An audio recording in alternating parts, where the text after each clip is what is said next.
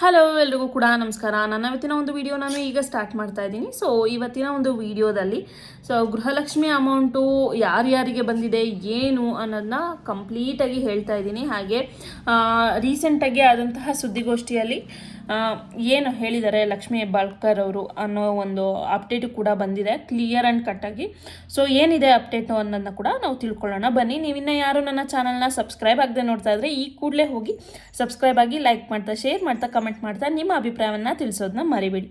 So ಬನ್ನಿ, ಇನ್ನು ತಡ ಮಾಡೋದು ಬೇಡ. ನಮ್ಮ ಲಕ್ಷ್ಮೀ ಹೆಬ್ಬಾಳ್ಕರ್ ಅವರು ಏನು ಹೇಳಿದ್ದಾರೆ ಗೃಹಲಕ್ಷ್ಮಿ ಅಮೌಂಟ್ನ ಬಗ್ಗೆ ಅಂತ ತಿಳ್ಕೊಳ್ಳೋಣ. ಏನಂತ ಅಂದರೆ ಲಾಸ್ಟ್ ಡಿಸೆಂಬರ್ 25ರಿಂದ 30ನೇ ತಾರೀಕುವರೆಗೂ 24ನೇ ಕಂತಿನ ಅಮೌಂಟ್ ಅಂತೂ ಬಂದಿದೆ.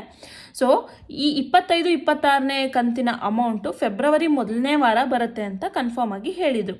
ಸೊ ಅದು ಯಾವ ರೀತಿಯಾಗಿ ಹಾಕ್ತಾರೆ, ನಾನು ಹೇಳಿದೆ 24ನೇ ಕಂತು ಕೂಡ ಬರುವಂತಹ ಚಾನ್ಸಸ್ ಇದೆ ಅಂತ. ಬಟ್ ಇವತ್ತಿನ ಸುದ್ದಿಗೋಷ್ಠಿಯಲ್ಲಿ ಅಂದರೆ ಇವತ್ತು ಬಂದಿರುವಂತಹ ನ್ಯೂಸ್ ಪ್ರಕಾರ ಅವ್ರು ಹೇಳಿರುವಂಥದ್ದು 24ನೇ ವಾರ ಲಾಸ್ಟ್ ಮಂತೇ ಬಂದಿದೆ, 25-26 ಫೆಬ್ರವರಿ 1ನೇ ವಾರ ಬರುವಂತಹ ಚಾನ್ಸಸ್ ಇದೆ ಅಂತ ಹೇಳ್ತಾ ಇದ್ದಾರೆ. ಅಂದರೆ ಅವರು ಹೇಳ್ತಾ ಇರುವಂತಹ ದಾಟಿ ನೋಡಿದ್ರೆ 27ನೇ ಕಂತು ಬರೋದು ಡೌಟ್ ಈ ಮಂತು.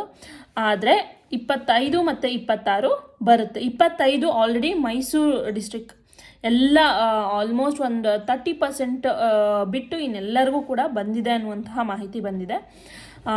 ಮಂಡ್ಯ, ಮೈಸೂರು, ಮದ್ದೂರು ಅಲ್ಲಿ ಸುತ್ತಮುತ್ತ ಹಳ್ಳಿಯ ಕಡೆ ನಿನ್ನೆ ಸಂಜೆಯಿಂದ ಪ್ರೋಸೆಸ್ ಸ್ಟಾರ್ಟ್ ಆಗಿದೆ ಅಂತ ಹೇಳಿದ್ದಾರೆ.